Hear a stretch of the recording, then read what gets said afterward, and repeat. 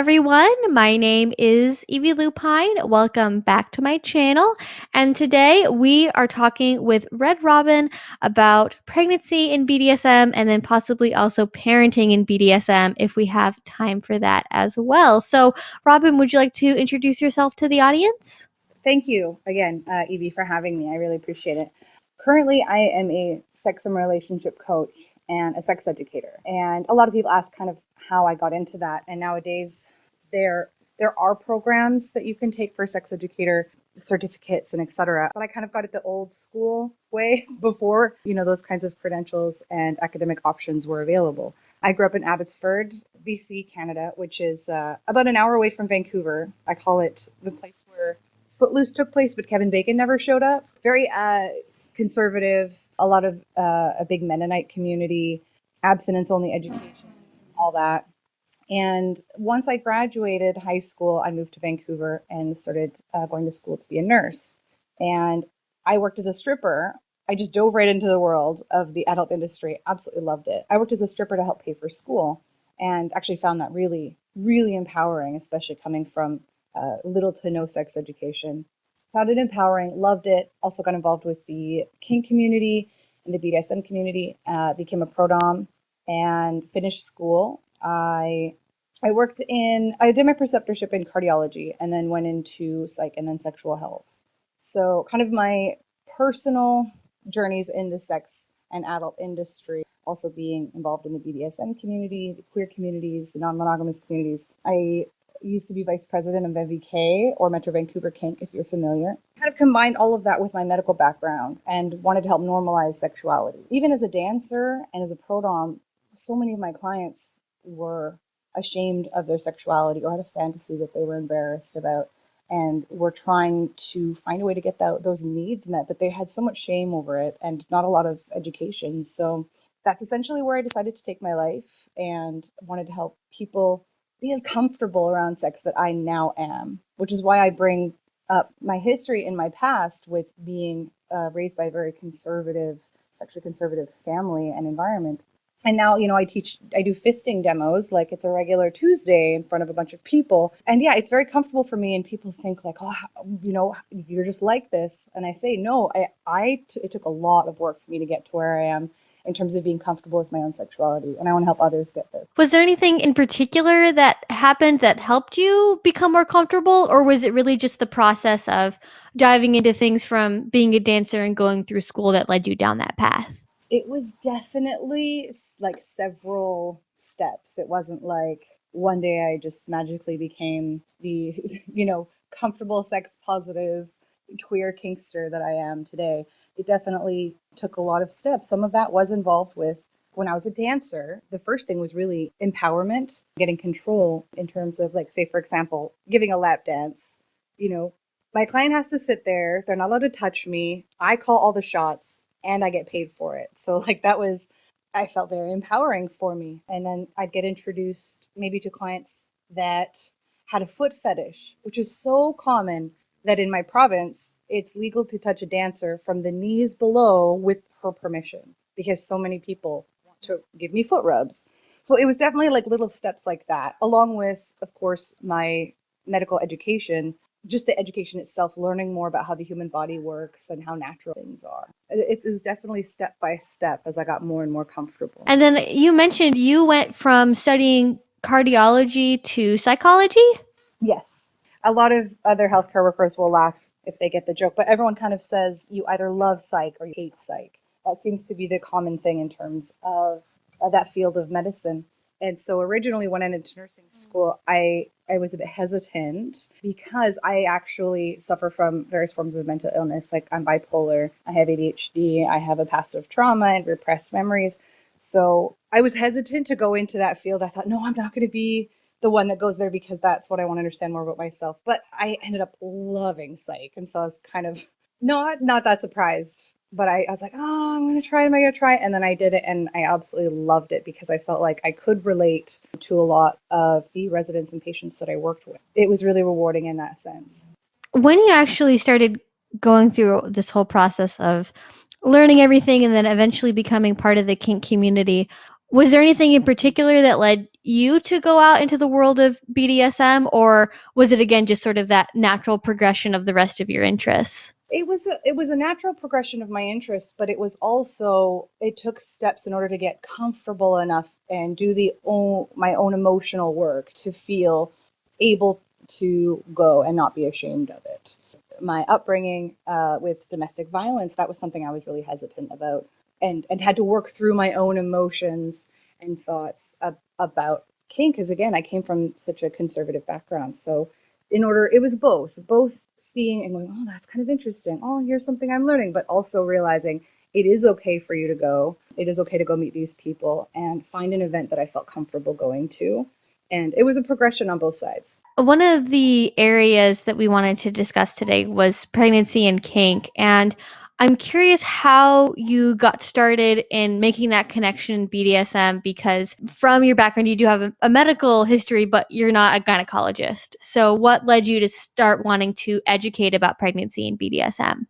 That's a really good question. And interestingly, when I went into nursing, just when I started, the first thing I really wanted to get into originally was maternity. I've always found maternity medically and emotionally very, very fascinating. When I went to school, I was really excited. I couldn't wait to do maternity. And then when we started learning the kind of basics on that field of medicine, it was very opposite.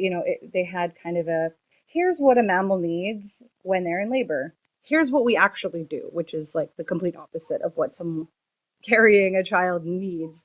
And so just the medicalization of that field really deterred me from continuing with it. So then I went into cardiology. It's just one of those things where I was interested, but I was like, nope, this is not how I would like to participate kind of thing. I don't want to be doing as much as they do. And then later actually discovered that there are, I don't know about your geographical location, but in Canada, we have midwives as an option instead of an OB, and that's covered. But anyways, and I had two babies, and so I was already very involved within my kink community, and I experienced in kink when I had my babes. And yeah, it was definitely an interesting conversation with my midwife when I brought it up with her, because I was so excited to seek more information. And I said, this is my sex life. This is what I do. And, what are your thoughts? And it was really sweet. She said, I don't actually know, but I'm going to look into it for you. And by our next appointment, she had a ton of information and resources. It was really sweet. So it was comforting to know she was supportive. It's just my medical interest as well as my personal experience that just, I want to talk about pregnancy and sex and kink, because a lot of people don't have any information and don't have the resources to find out what is okay, to the point where there are people that question whether penetrative sex is safe at all, let alone other activities, right? So I'm here for it.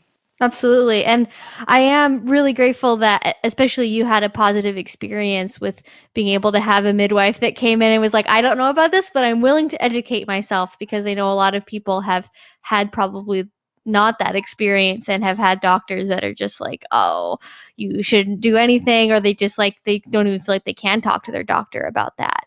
Exactly. I was so thankful and for having that. 'Cause, yeah, I do know that not only do people have bad experiences, but there are people that are so weary of having a bad experience that they're afraid to talk to their doctor or midwife, which is totally understandable. I'm trying to help here to do what I do and help talk about it with other folks that have those questions. First thing I would want to do is, of course, say like, okay, here's the absolute no-goes, the things that are higher risk.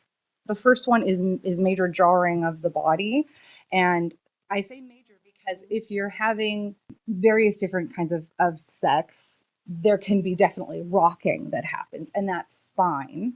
So, like a little bit of rocking, during sexual intercourse or something is, if anything, will actually likely rock the baby to sleep, which is kind of nice because sometimes it's hard when you're getting distracted by baby movements, but the rocking will often actually make them go to sleep. But I mean, like big jarring, anything that really jar your body can be risky to you and to the baby. Anything that's going to open the skin is a higher risk for you and for your baby, because when you're pregnant, your immune system is quite a bit lower. So you're just at a higher risk for getting infection, which is why, people don't tattoo others, etc. So I wouldn't recommend any kind of play that would involve opening the breaking of the skin. I wouldn't do any breath play, anything that involves asphyxiation. because, of course, we need the oxygen. And when the more pregnant you get and the bigger your belly gets, the kind of more shrunk your lungs get. They basically get a little bit wider and shorter. So sometimes you can feel out of breath, especially later on in your pregnancy for that reason. So I wouldn't recommend anything involving asphyxiation. It's okay to have an STI when you're pregnant. You need to talk to your doctor and midwife about that, because you can definitely work with it. They will know what to do and how to help you and your baby go through everything fine. What is risky is getting an STI while you're pregnant. It actually can be really harmful for your baby to contract one while you are pregnant. So being aware of that and making sure you and your partner or partners are discussing how to minimize that risk. Pain is a big one. Pain is a really big question, and I had a lot of talks with my midwife on this, and I found it really fascinating. Distress is not necessarily, well, it's not, I shouldn't say necessarily. Distress is not good. So I'll use the example of if you're about to step off the curb of a sidewalk and, a car races by you and almost hits you, but you're fine, but you have that panic startle response just for a moment where your heart is beating, your blood is pumping, and you're breathing fast. That might only last 10 seconds when you're like, oh, that was a close call. And then you kind of go on with your day. What that panic and distress does for you 10 minutes, your baby will then experience it, but it goes on for about 30 minutes, which in that time, the development is paused just in that time. For 30 minutes, development to be paused, not a big deal. I'm not saying it's bad for you to get startled when you're pregnant. But if you're experiencing that constantly, which of course is something, if you have a panic disorder, an anxiety disorder that is affecting you constantly, several times on a daily basis, it's something to discuss with your doctor and midwife just to find ways to help you relax, so that, because if it's all the time, there's a chance that your baby might be slowed in development. So when it comes to pain, and there's still a lot more research that needs to be done on this, but it's theorized that if you are in pain and it is not enjoyable, it is a distressful time, then that is not good. That will put your baby in distress for a small period of time and can, for that moment, pause and delay the development of the unborn baby. If you are in pain but it is enjoyable, then that is considered right now to be okay. There's still more research, but essentially, as long as you are in a positive space, whether pain is cathartic, whether it's sexual for you, if you're enjoying it, and if it's soothing you in some form, then that's an okay thing for the baby. Interesting. I'm curious, you mentioned that there's still studies that need to be done. Is there anybody out there that's studying the relationship between pain and the safety of pregnancy and how those two things intertwine?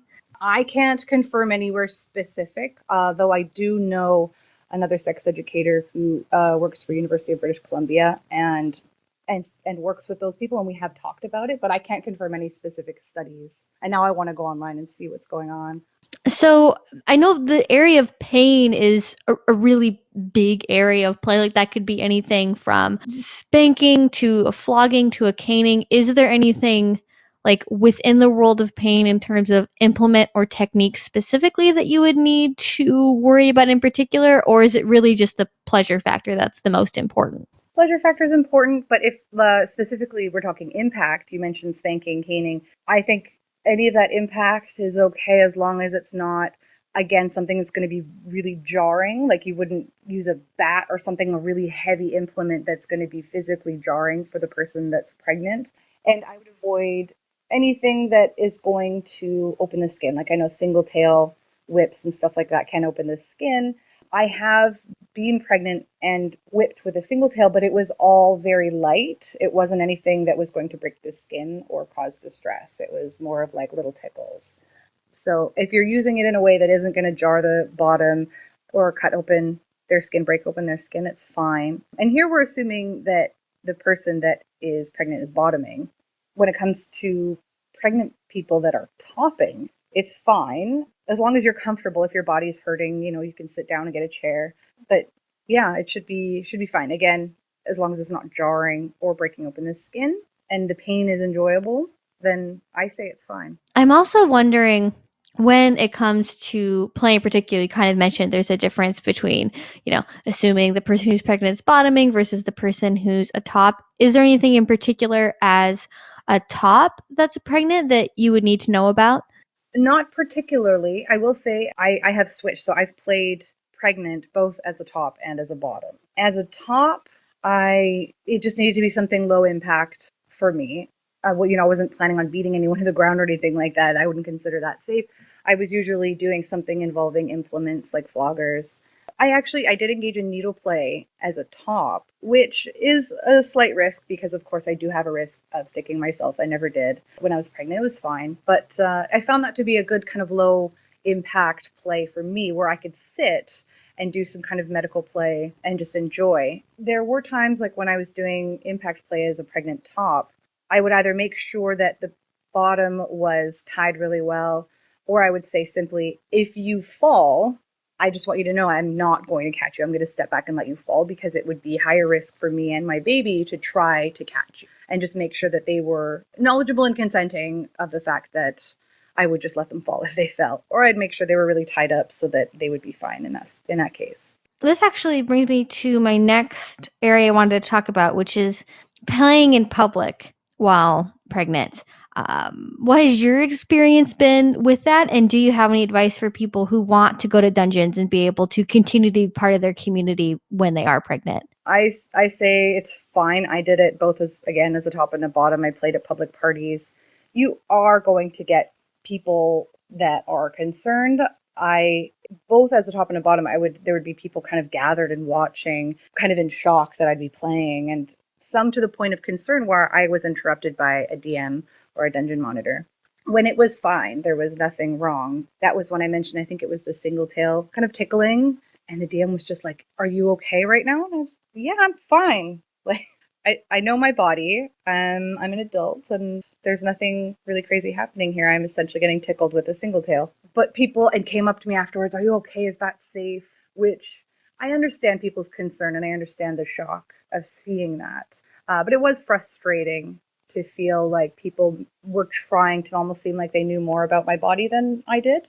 So that was frustrating. And I say, if you're going to play in public, just prepare for that. But there was also a positive side to it. Some people, you'd be surprised how many people really love a pregnant. There's something about the curves that people just absolutely love. And so I also found the opposite side of people concerned, where people are mostly just like, "Wow, I never seen this before. I want to watch."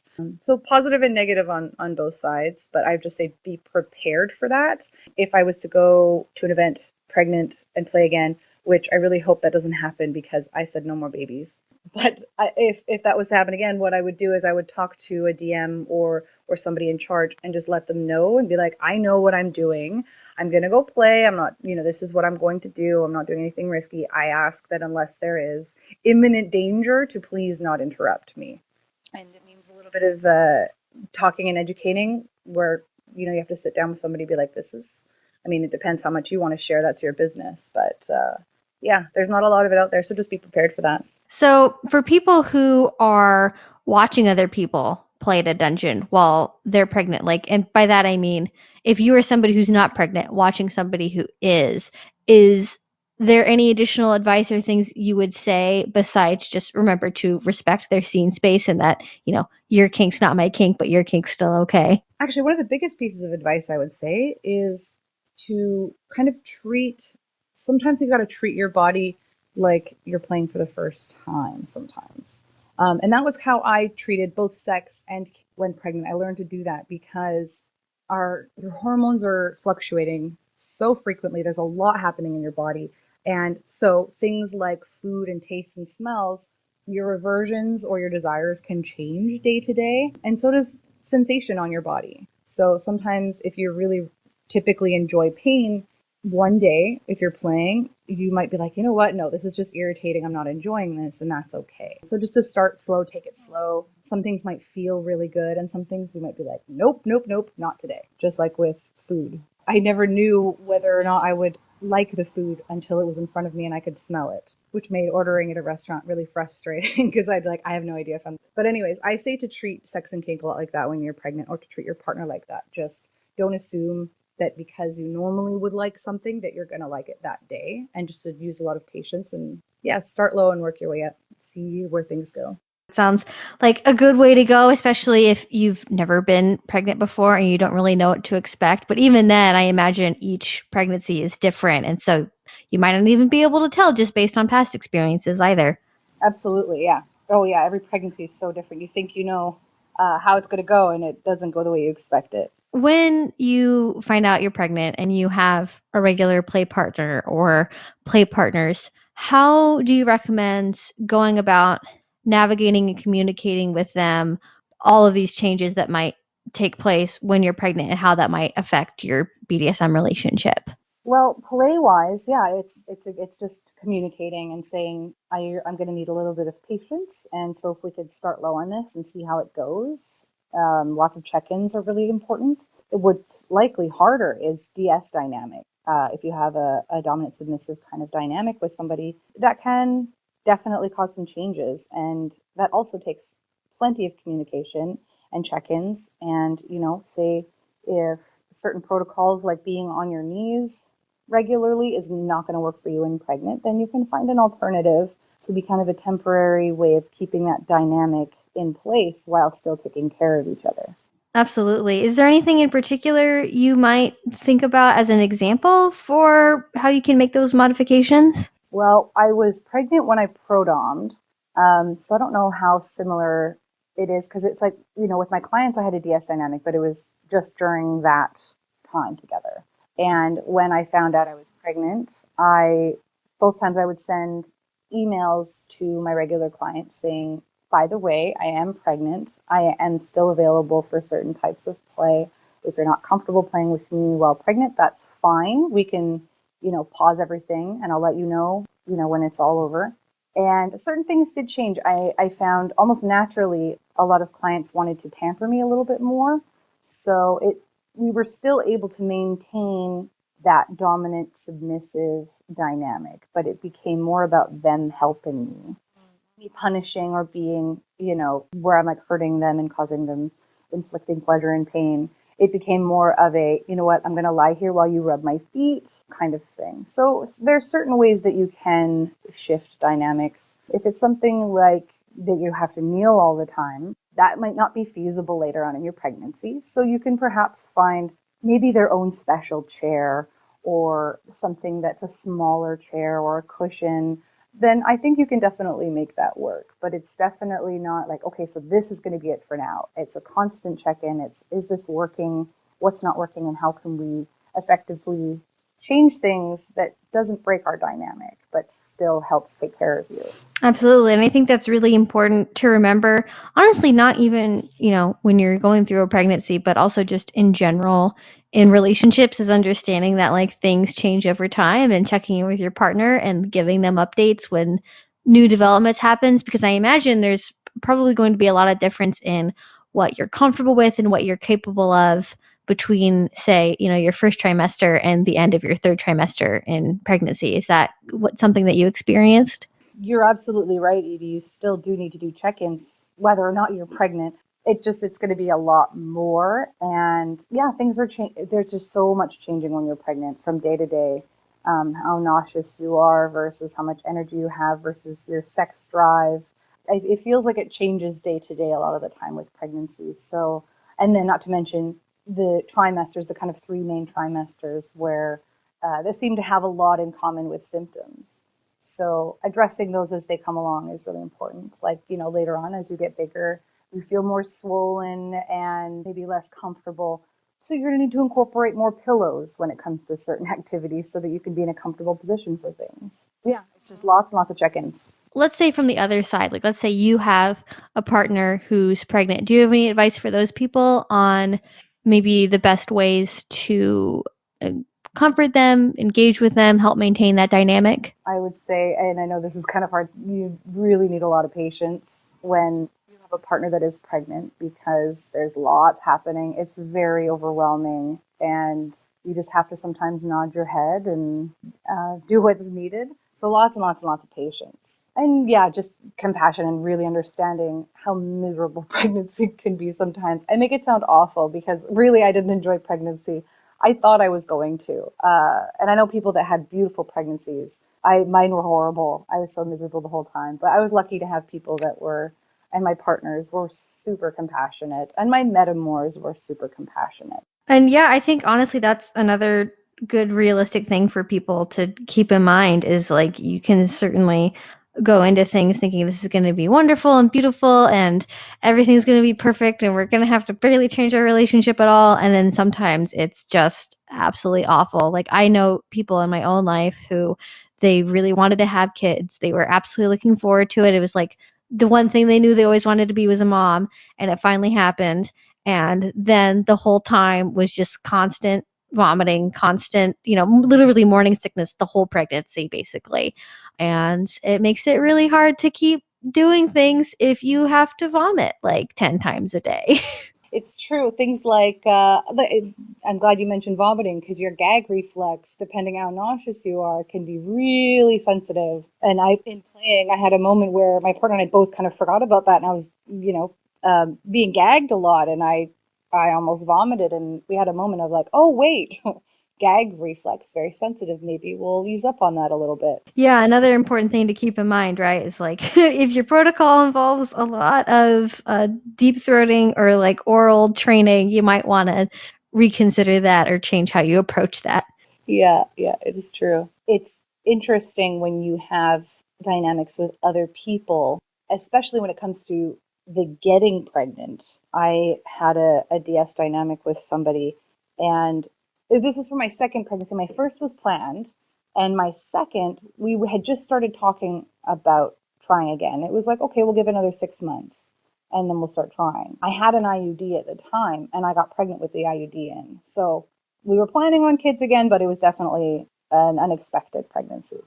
And so I was like, okay, I have to tell this friend slash play partner of mine that I'm pregnant, and hopefully he doesn't freak out because, obviously there's that fear like it could be his, though I wasn't really worried because with this partner, we'd used a condom and he'd had a vasectomy. And he said he wasn't worried when I told him, but it was definitely like you could see him doing the math when I told him how far along I was. And my estimated conception date was like 3 days apart from when we had sexual intercourse. And so there was some kind of fun teasing throughout my pregnancy, even though we weren't too worried.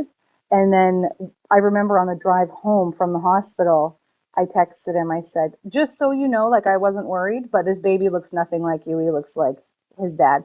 And he just texted me back. He said, you know what? I wasn't worried either, but I have to say that is the best text message I've ever received in my life.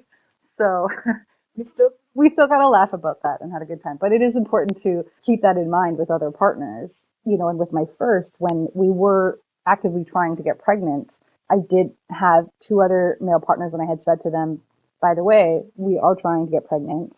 And of course, we can use barriers, etc. But if you're not comfortable with that, that's fine. But I felt like it was really important that they were aware of that.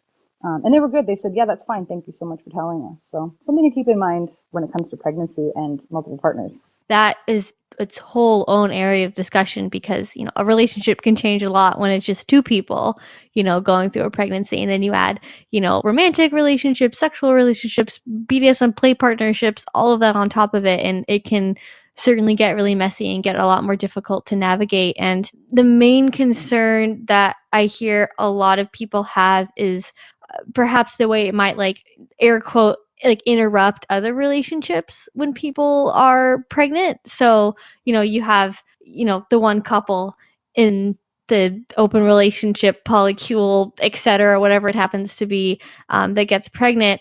And then I think people worry about how that might affect their partners and their ability to engage with either existing partners or find new partners, or just how it might kind of overall just change the dynamic with everybody that's involved. Right. And that sounds daunting, but really it's no different than how your relationships with everyone else in your life changes when you have a baby. With the way that you interact with your friends definitely changes, your family, etc. It really, so it's, some things change. That's just life, and babies are definitely a big one of those changes. So there's definitely been some altering of how my relationships have evolved after kids with partners. If anything, they just kind of were willing to take on, a lot of my partners were really willing to take on kind of a more active role, would come over and help with the baby, come over and help with whatever I needed. And even my kids to this day, they don't call them any like special name or anything. They call my partners by their names, but they can. My kids will consider them in the family, when drawing pictures and stuff like that, which is really wonderful. And some of my relationships didn't quite go on. Either kids didn't work for them, which I think is a conversation to have with someone. Still date, and I remember I met someone who we connected really well with, and she had said, I really like being with you. I want to date you and everything, but I'm not interested in being involved with kids or anything like that. And so I said, you know what? I'm okay with that. That's fine. As long as we can both recognize that if you're not going to be involved with the kids, or you don't want to see them or anything like that, that's going to put certain limitations on where our relationship can go, which I don't abide by the relationship escalator. So I was like, I'm okay with that. It means I won't be able to see you all the time. It means that we can kind of just keep it to occasional dates. And if you're okay with that, I'm okay with that. So those kind of conversations are important to have, especially if it's going to involve sexual or romantic encounters. But it happens with friends too. Certain friends I haven't seen as much. Certain friends that have kids I've probably seen more, because it's easier to get the kids together and have a good time while we sit and chat. So yes, there are changes that's going to happen, and the relationships will inevitably be healthier if you talk about it. But to recognize that, yeah, babies definitely change things. Outside of just your own relationships, changing because of the pregnancy, have you had any experiences with your partners and how those relationships have changed? Some of them have gone really well. I remember one night where my co-parent had a date with his girlfriend, and I was having a particularly bad night. I was really nauseous, quite sick, and he texted her and said, "You know what? I'm sorry, I'm going to cancel. Robin's really struggling and having a hard time tonight." And I feel so bad about that. I was like, "No, I don't want you to stop your date because of me." And he's like, "No, you're pregnant. I got to take care of you." And then his girlfriend texted back and was like, "Well, can I come over and help?" And so the three of us ended up having a really nice time, actually, just kind of sitting on the couch, and we watched movies and hung out, and it was really, really great. There have been negative situations, and the only major one I can think of was Brandon also had another girlfriend that, in a different time, had essentially, she had wanted a lot more, and I had just become pregnant with my first. And she was like, "I want more time, I want more, etc. I have these needs." And he was like, "I can't give that to you because I'm about to have kids and I'm going to have less to offer in terms of things like time." So they ended up breaking it off. And of course, that made me really sad. But at the same time, it sounded like it was a good decision, because you really shouldn't continue a relationship if needs aren't getting met. And they were anticipating that that wasn't the case. They were both good about it. It was sad, but it's like, no, that was the reality. She wanted more than he could offer, and so it had to end. Yeah, I think it's important to recognize that you can want something in a relationship and you're just not maybe going to be available for that, or your partner's not going to be available for that. And it's certainly better, I think, to recognize that versus trying to push through something that ultimately is probably going to hurt you worse in the long run if you try to like hope that something will change magically where like it's going to become the relationship you wish it could be. Yes, you said that so well, and you're so right. And people will do that. They'll say, "Oh, I know I have these needs, but it's okay. I can just ignore my needs and push through it, and it'll be fine." And that's not a healthy way to do it. If needs aren't getting met, you have to find either way to get those needs met, or it's simply not going to work. I know one of the other fears I think people have when it comes to being pregnant in multi-partner relationships is like, I'm not sure how to phrase this exactly, but the phrase tyranny of pregnancy comes to mind, where I think sort of the worry of having the pregnancy controlling the other relationships. Do you have any advice for kind of making sure you are kind of respecting other people's relationships and their boundaries and their needs, even when this big life change is happening? Yeah, that's a tough one, because yeah, there is a lot that happens, and it's hard. It's really hard not to get obsessed with your pregnancy when you're pregnant, because it is your body's constantly reminding you that you're pregnant, so your mind is definitely on it. But it is nice to try to continue doing other things, you know. I made it a very firm point personally when it came to like my social medias to not just post about my pregnancy. And I tried posting about other things as well.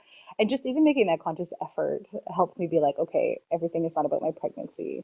Just making that conscious effort, even when talking to your friends or other partners or metamors, stopping and going, how are you doing? You know, what's working for you? What do you need? And just to get that conversation going will help kind of remind you, be like, okay, yes, this is important as well. So yeah, just to keep talking and asking questions and sometimes it takes a really conscious effort, but once you start, it will become easier. Yeah, I think that's definitely a good thing to keep in mind for sure. So, I think we have some time now if you want to transition talking about what happens after the baby's actually born, talking about the aspect of parenting and BDSM. So, I think, gosh, I don't even really know where to start because parenting itself was such a vast area, and then you add BDSM on top of that. So, I guess where do you think is maybe a good place to start from? Well, even kind of just branching off from remembering that there are other people in your life and things in your life, not just your pregnancy. It is the same with the baby, and I think it's important to remember that yes, it's going to take up all of your time, especially just like right in the beginning. You won't likely be able to do too much other than focus on this thing that constantly needs to eat and sleep. But it does get easier, and I think taking care of yourself in ways that are not just about, rest and eating, going out to events, meeting your friends, doing those things that help you get those other parts of yourself, not just the parent side of yourself, met, is going to keep you healthy, really, and will make you a better parent to be able to go out, go on a date. It's hard, but you need to make a conscious effort and it gets a lot easier. I think that's important to do. And the same goes with your partners, checking in with your partners and saying, I mean, for example, I have a partner that I live with, and they recently expressed that when we have certain things scheduled, it would be nice to actually get out of the house because oftentimes it's easier when the kids are home after they're in bed to hang out, watch movies, and have a date night that way. But they said, there's still interruptions. There's still that focus on the kids. Can we go out maybe once a month that it's actually outside of the house? And I was really glad that they suggested that because it's made actually a big difference. We went out and we're like, wow, this is so much more relaxing. We can actually get into more conversation and enjoy each other's company without worrying too much about whether the kids have woken up or anything like that. So Absolutely. I know something a lot of people I think struggle with is feeling like they have to choose between being a parent and engaging in the BDSM community, especially not just like engaging in play at home or maintaining a dynamic with an existing partner, but actually staying part of their community. And do you have any experience with that? yeah, I mean, I was going. I travel and I teach a lot at Kink events and conferences, and I also play. And I did that when I was pregnant, and afterwards, I don't know how soon after. It was definitely at least a few months, but I still travel. I still go to these things, and I have had people be really surprised, like, you're pregnant and teaching? I'm like, yeah, this is what I like to do. This is what I'm passionate about. It's also my work. You can still do those things. Yes, having a baby changes a lot, but you're still you, and it's still important to take care of that you. So I say, yeah, make sure you're taking care of those other sides. You can still go to events. And if you do have a time where you're away for a little while, that's okay. It doesn't mean you can't go back. You know, most of the scene is really welcoming and ready to have you back. So I say go. If that's what you want to do, I say go on out. Just obviously get a sitter.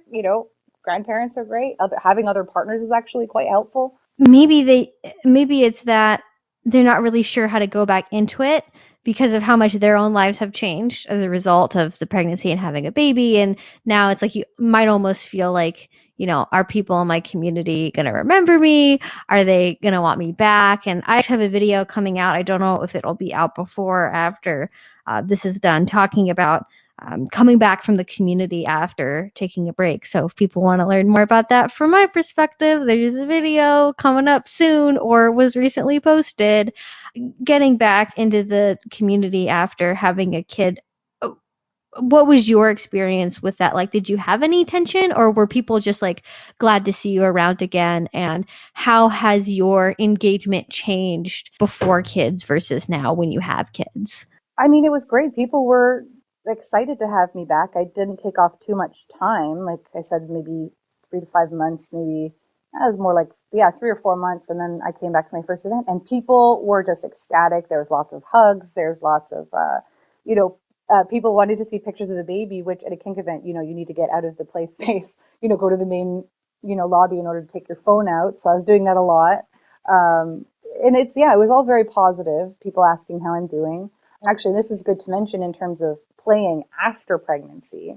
It's up to you how long before you engage in certain types of play, but if it feels right, and this goes with sex too, some people say after 6 to 8 weeks or after however many months, and it's kind of just, if it feels right, it's probably fine. But yeah, no, people were great. I do find actually, if anything, since kids, I have engaged in a lot more conversations and made more connections with other kinky parents.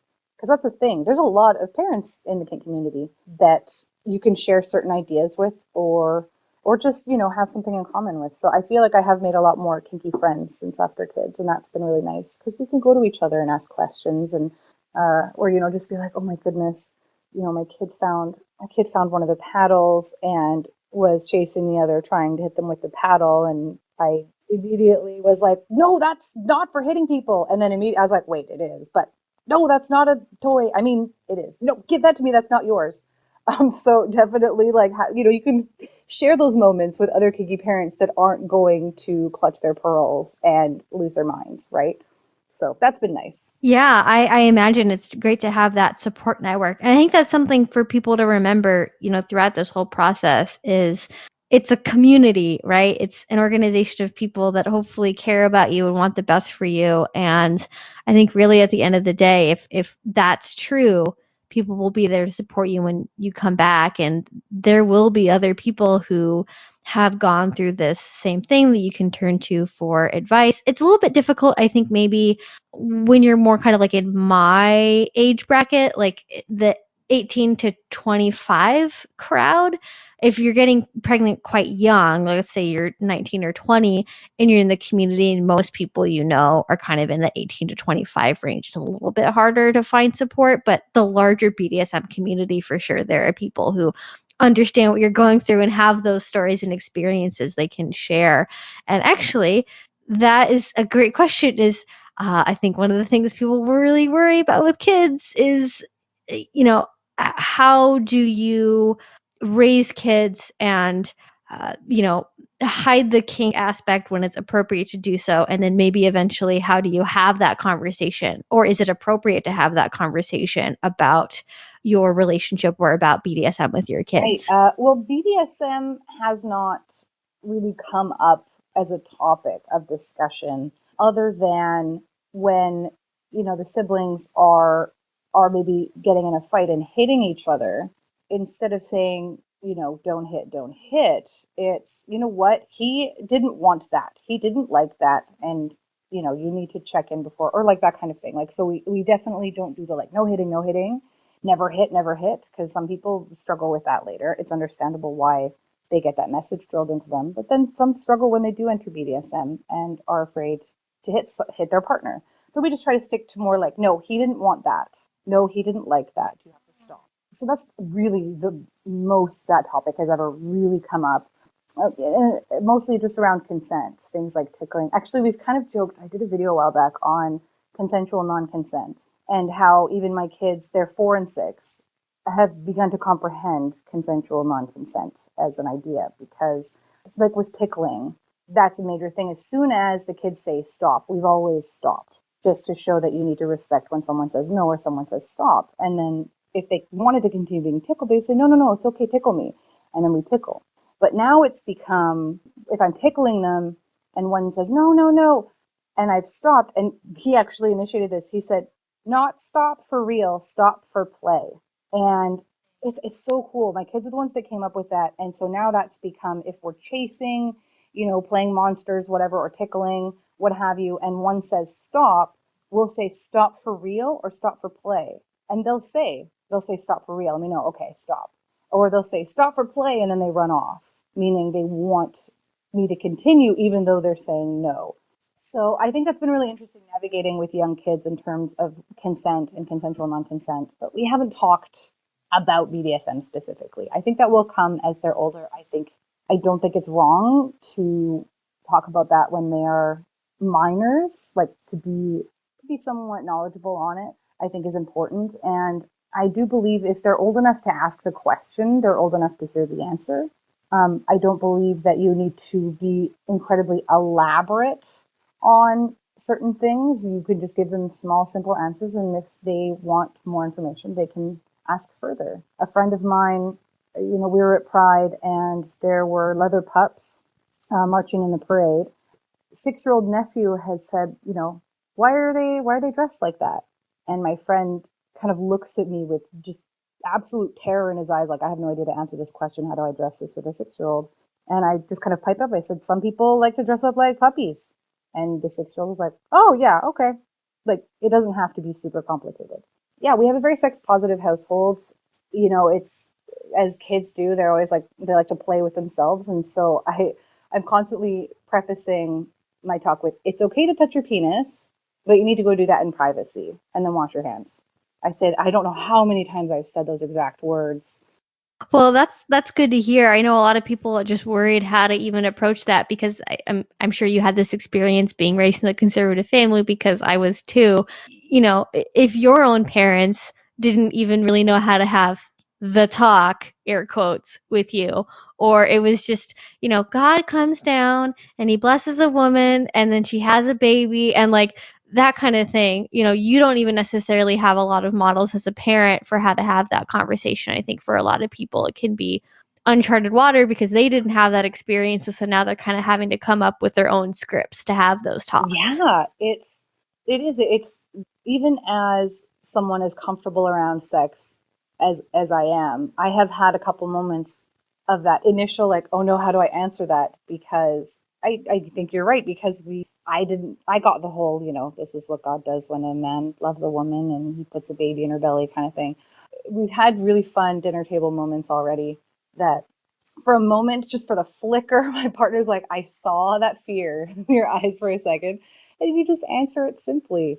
My kids know that it takes sperm, an egg, and a uterus to make a baby. We don't specifically like gender things. My eldest, he keeps saying he wants me to have another baby, and it's not going to happen. And he said, well, I'm just going to grow my own in my belly. And I'm like, buddy, you don't have a uterus. So I'm sorry, that's not how it works. He was like, oh, yeah, that's right. What do I give? What's my part? I said, well, you would have the sperm, and you would give that to the person with the egg in the uterus, and that's how that would work. And he was like, but how do I get it out of me? And that was the moment I was like, yeah, right? At the dinner table, I had that flicker of fear in my eyes, and I said, well, when you're older and you're able to touch your penis in a way that feels really good, that is often how you get the sperm out. And he's like, but it does feel good when I touch it. I'm like, and that's fine, but you're not old enough for that to happen quite yet. And then he's like, okay. And he continued with his dinner. And I was like, oh, okay, I got it. I'm good. It just, all it was answering the question in a short, simple way that didn't make him feel reprimanded or like it was an inappropriate conversation, because it's a valid question.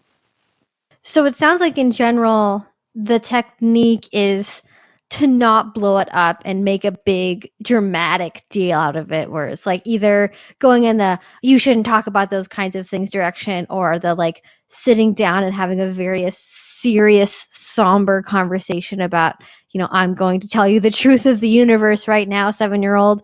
It sounds like it's more just like answering as it comes up and then not treating it as a taboo thing, essentially. Exactly.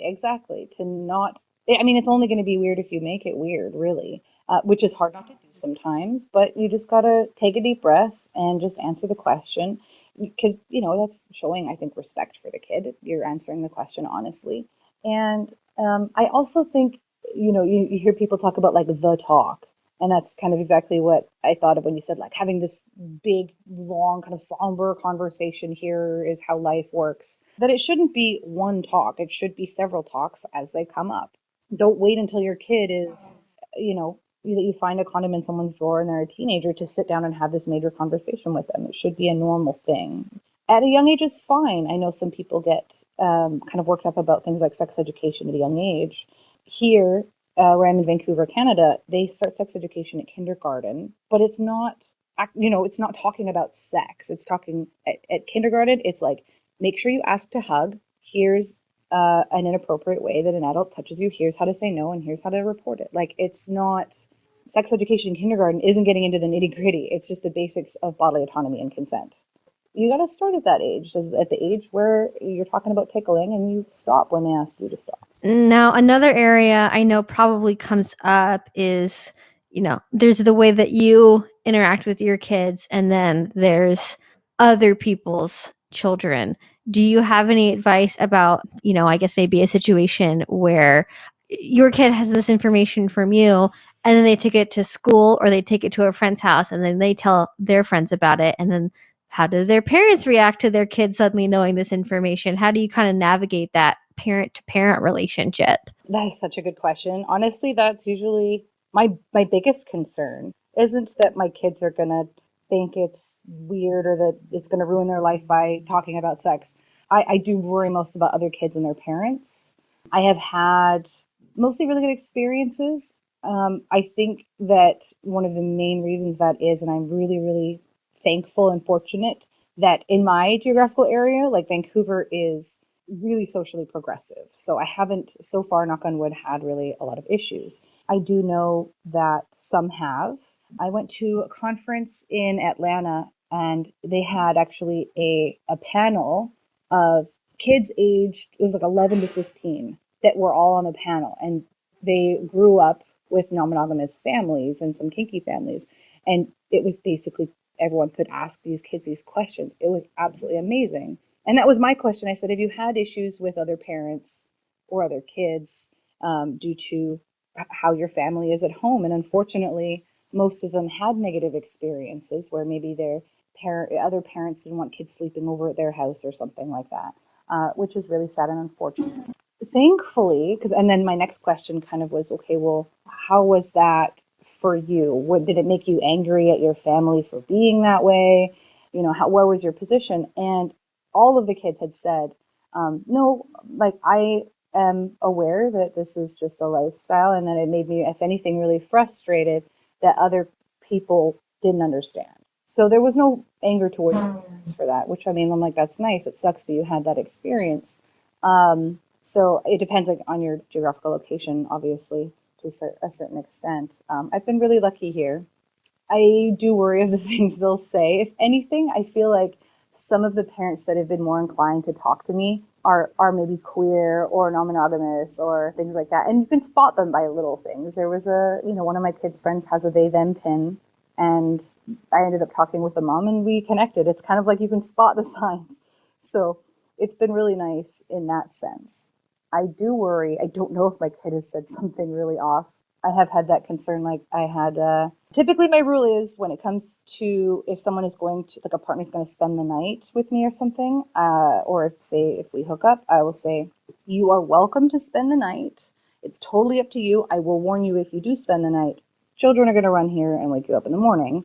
If you're not comfortable with that, I'm okay if you want to head home. And I had someone spend the night, and my kids ran in and were like, thinking it was another partner that usually stays over, and it was somebody else. And so there was a surprise moment for my kids when they're like, wait a minute, you're not this person. But then they were fine. They kind of like, hey, new friend, come, I'll show you my toys. And so we ended up giving this ride home. It was really sweet. So I gave this person a ride home, and then as soon as we dropped them off, one of my kids said, you usually have this other person sleep in your bed, but you had someone else this time. Why do you have someone else sleeping in your bed? And I just said, well, when grown-ups like each other, sometimes we like to have sleepovers. And he's like, oh, okay. But there was that fear. I'm like, he's going to go to school and tell everyone that mommy likes to have sleepovers with lots of people. Like, there was definitely that fear. To my knowledge, he hasn't said that, but you never know. Something might come back at me. But I'd be willing to sit down and have a conversation with anyone that's concerned. And I know the teachers, they don't necessarily know about, like, my kink or sex life, but they do know that I'm non-monogamous. I have other partners. They know I'm queer. And I have brought that up and been like, are there going to be issues with other parents? And they say probably not, again, because we do live in a really socially progressive area. But they said, if there is, we're willing to kind of stand up for you and have a conversation if need be. That's actually really sweet. I'm glad to hear that you have so much support in your area, because I think it's something where, depending on where you live, it can feel really socially isolating, and you're having to worry about, oh, you know, so and so's best friend, are their parents going to not want them to see us anymore? And especially with teachers, I imagine. Because a lot of them, I don't know what it's like where you live. I know a lot of them are probably trained to look for signs of domestic violence or some kind of other problems in a home life. And so I imagine there might be that fear of like a teacher misinterpreting something a child has said as an indication of like uh, a poor domestic situation as opposed to a healthy polyamorous or open relationship dynamic. So I think we still have a little bit more time. I would definitely like to also kind of go back and maybe more specifically talk about BDSM, and how do I phrase this in a way that doesn't come across as the way that I don't mean it? BDSM when you have kids. I know for you, you don't necessarily engage in power exchange type relationships, though I do imagine that is a large area of concern for a lot of people. Do you have any advice in particular, especially like if you do BDSM at home? How do you handle that when you do have kids around? Don't leave your toys out, because chances are kids will find them. I have mine either in my office downstairs where they don't go, or they're in my room. I have a chest in my room. And like I said, there have been one or two occasions, I know there was a paddle that got taken once, but that was because I left it out in the room. So it's important to keep your stuff away, especially if you don't want them touching them or asking questions about them. And in terms of dynamic, I personally don't do 24/7 dynamic. I have in the past, and I found personally it just wasn't for me. I don't have like the heart or inclination to desire the 24/7 dynamic, but I do respect it. And a lot of the adjustments that you might need to make would just be similar to how you would deal with the public or at a family dinner, if your family is muggles. So not necessarily, like, I know couples that have changed certain rules, like sitting on furniture. I know a couple where the slave is not allowed to sit on furniture, but they've adjusted that rule for when they're around the kids or other people. Instead of maybe asking permission out loud, they can have a certain look that they might give or a wink, just something that is more subtle. So sometimes you do need to adjust certain dynamic protocols, and that's okay. It's a little bit of a tweak. And there are small ways that you could do that. Your D-type or your dominant maybe is the first one to get their food on the plate. Maybe a really sweet protocol I like is when bottoms are making sure that their tops always have water or something like that. It can be something subtle that keeps the kind of dynamic going, but isn't obviously necessarily exposing your kids in a way that is inappropriate. Bruises and such around kids and marks.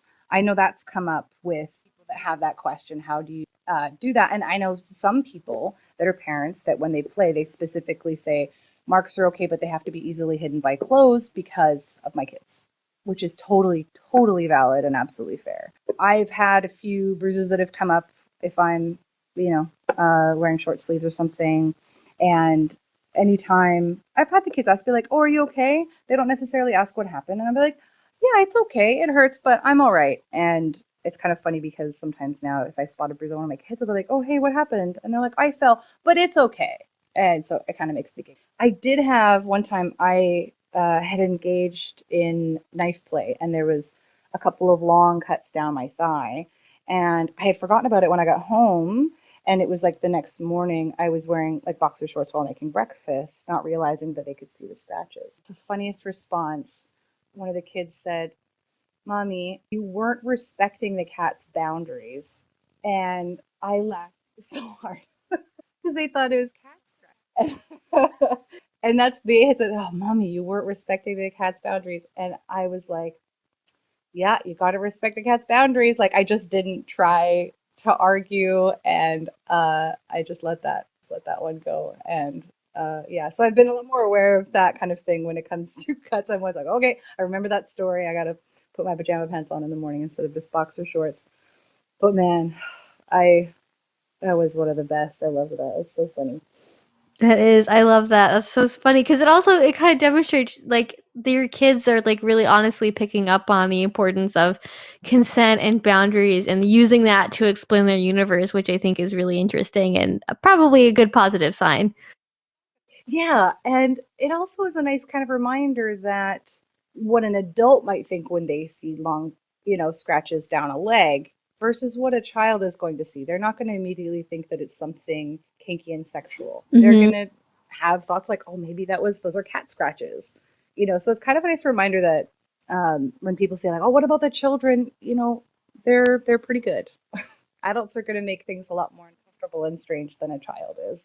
Kids are pretty easy in terms of that sense. If they have a question, you can answer it. And yeah, they didn't see knife marks, they saw cat scratches. Yeah, I think that's important to remember. I know, especially this past year, there's a lot of debate about having leather people, puppy players, etc. at Pride Parade, and the concerns seem to always go back to, but there's children at Pride Parade, and I mean, there's a lot more that goes into it, but I do think it's important to remember, a kid can explain their universe based on like what's in their own brain, and they don't know what leather kink is. If they see somebody in a puppy mask, they're going to think, "Oh wow, cool, somebody's dressed up like a dog." Like, Totally, absolutely. Yeah.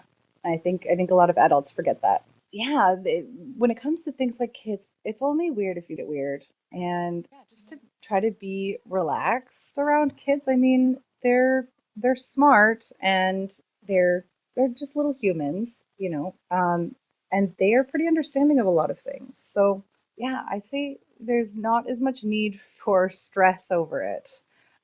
If you can make it a comfortable conversation, then that's great. When kids ask questions, I really try to emphasize to answer honestly, but simply, like keep it short and let them elaborate if they want. But it's hard, I know, for a lot of people not to go off on this huge nervous tangent. It's like, no, just keep it really simple, one or two sentences, and they can ask if they have more questions. Most of the time, they're just going to shrug it off and continue off and go play. exactly, exactly. So, well, thank you so much for being here and for having this conversation with us today. Is there anywhere where people can reach out to you or find more information if they have additional questions? I would say the easiest way to contact me or keep up with me, I post a lot on Instagram at SexWithRobin. So SexWithrobin would be somewhere that you could follow me. You can follow me, Sex with Robin, on most social media platforms, but Instagram is definitely the one I use the most. And if you wanted to check out any more information, I actually have two websites. One is alternativesexuality.ca. That's more of my kind of kink sex educator one where you can see the workshops that I provide. You can see where I'm going to be presenting and what I'm going to be presenting in the future. You can also check out my merch, and I have two books, one on my stripper memoirs called Call Me Holly, and I wrote another one on non-monogamy called Polyglamorous. So you can get all that on alternativesexuality.ca. If you're more interested in the one-on-one coaching, whether that's about kink, sex, dating, non-monogamy, that kind of thing, it's robinsnestcoaching.com. And even if you're not in my geographical area, I offer Skype sessions to people all over. So yeah, and I welcome questions. You can always message me and ask a question. I do ask if it's going to be a long, like hour-long one that, maybe we can talk about a bit of compensation. That is my job. But if you throw me a few questions, I'm happy to answer. Great. Well, again, thank you so much for having this conversation with us. And then you're going to be at Kinkfest as well, right? What will you be teaching there? Yes. Oh, I should look that up. I'm working on it. Happens when you book conferences because I'm working on like three different ones right now that are coming up in the summer. Kinkfest, let me think. I believe I'm doing breath play for sure. And I think that one's going to be an exciting one. Yeah, I'm doing breath play. I'm doing a fairly new workshop called Female Presenting Tops in a Male Dominated Culture. That one's been really successful. It's discussion based, and it's definitely like talking a lot about feminism, kink scene. And then the third one I'm doing is called Dildos to Dicks, a user's guide from a queer woman's perspective. Because I've seen a lot of like dildo workshops, and I've seen like blowjob workshops and stuff specifically for biodicks, and I wanted to bridge that gap. So I call it my dick inclusive class. Whether you're straight, queer, cis, trans, anything, it's like covering all of the dicks and the fact that everyone can use different kinds and how to use them, etc. That's a good time. Excellent. Well, I'm certainly looking forward to that. Those sound like very interesting classes. If you guys want links to anything that we mentioned or you want to check out KinkFest, that will all be down in the description box below. If you have anything else, you can leave a comment down in the comment section on YouTube. And I will see you all again very soon. Bye.